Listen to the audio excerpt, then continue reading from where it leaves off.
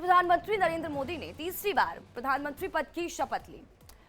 उनके साथ 71 मंत्रियों ने भी शपथ ली। लेकिन अगले 5 साल में मोदी का एजेंडा क्या रहेगा और किन मुद्दों पर उनकी टीम काम करेगी, इस रिपोर्ट के जरिए आपको दिखाते हैं।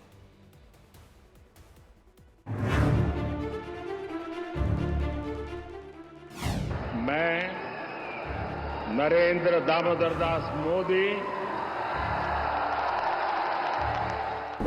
तीसरी बार मोदी सरकार।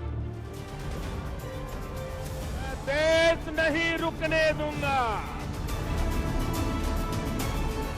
मैं देश नहीं झुकने दूंगा। जारी विजय पथ, महानायक की तीसरी शपथ। ईश्वर की शपथ लेता हूं कि मैं विधि द्वारा स्थापित भारत के संविधान के प्रति सच्ची श्रद्धा और निष्ठा रखूंगा। सरकार का तीसरा टर्म, मोदी के स्पेशल 71। देश के राष्ट्रपति भवन में गूंजी ये आवाज दुनिया के सबसे बड़े लोकतंत्र के महानायक की है।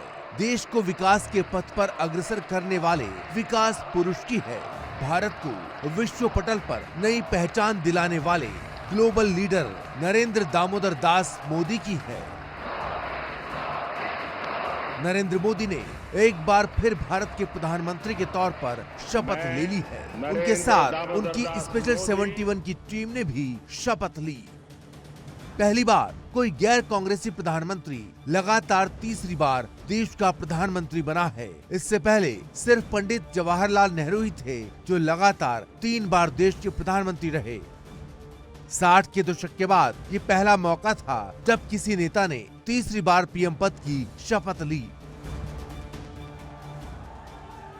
नरेंद्र मोदी लगातार कहते रहे हैं कि उनका तीसरा कार्यकाल बड़े फैसलों वाला होगा। चुनाव से पहले उन्होंने कहा था कि पिछले 10 साल का काम तो सिर्फ ट्रेलर है, फिल्म तो अभी बाकी है। हालांकि उस वक्त मोदी ये नहीं जानते थे कि उनकी पार्टी बीजेपी बहुमत के आंकड़े को पार नहीं कर पाएगी और उन्हें सहयोगियों के सहारे सरकार बनानी होगी। बहरहाल जो भी हो, फिलहाल देश में तीसरी बार एनडीए की सरकार बन चुकी है और इस सरकार में मोदी का एजेंडा क्या रहेगा, इस पर नजर डालते हैं।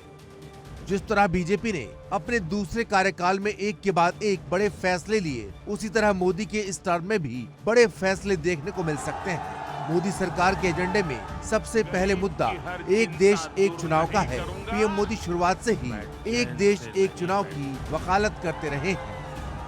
बीजेपी के घोषणा पत्र में भी एक देश एक चुनाव का वादा किया गया है।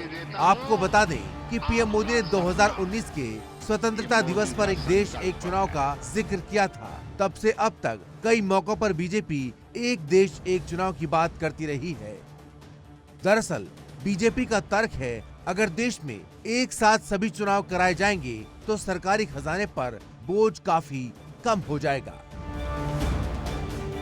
2018 में विधि आयोग ने एक रिपोर्ट पेश की थी। उस रिपोर्ट में आर्थिक वजहों को गिनाया गया था। आयोग का कहना था कि 2014 में लोकसभा चुनाव का खर्चा और उसके बाद हुए विधानसभा चुनाव का खर्च लगभग बराबर था। वहीं साथ साथ चुनाव होने पर यह खर्च 50-50 के अनुपात में बढ़ सकता था।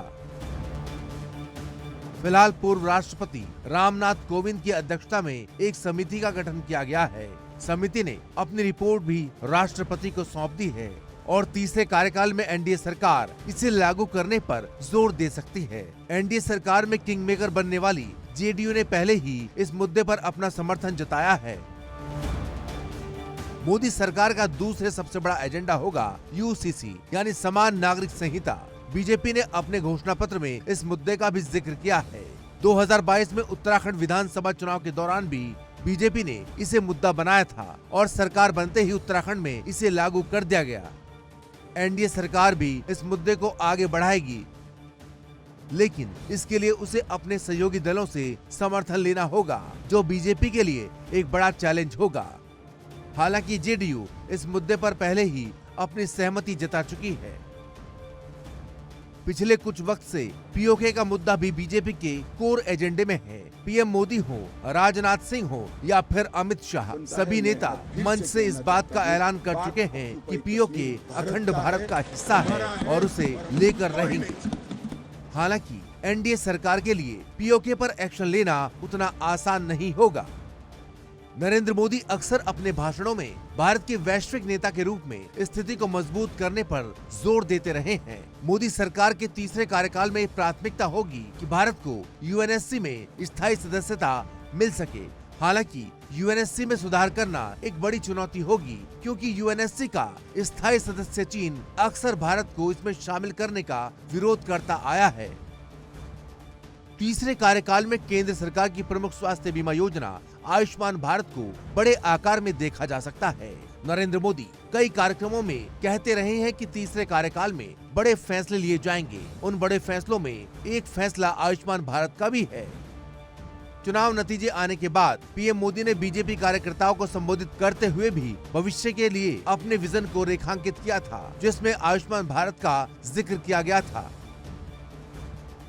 पीएम मोदी का कहना है कि भारत को 2047 तक विकसित राष्ट्र बनाना है और इसके लिए उन्होंने पूरा खाका तैयार कर रखा है। हालांकि जिन आर्थिक नीतियों और मुद्दों को बीजेपी आगे बढ़ाना चाहती है, उन सबको लागू करना उतना आसान नहीं होगा, क्योंकि बीजेपी अपने दम पर सरकार बनाने में कामयाब नहीं हो पाई। उसे हर फैसला लेने से पहले अपने सहयोगी दलों से मशविरा करना होगा और उनकी सहमति के बिना कुछ भी संभव नहीं होगा। Bureau report, India daily live.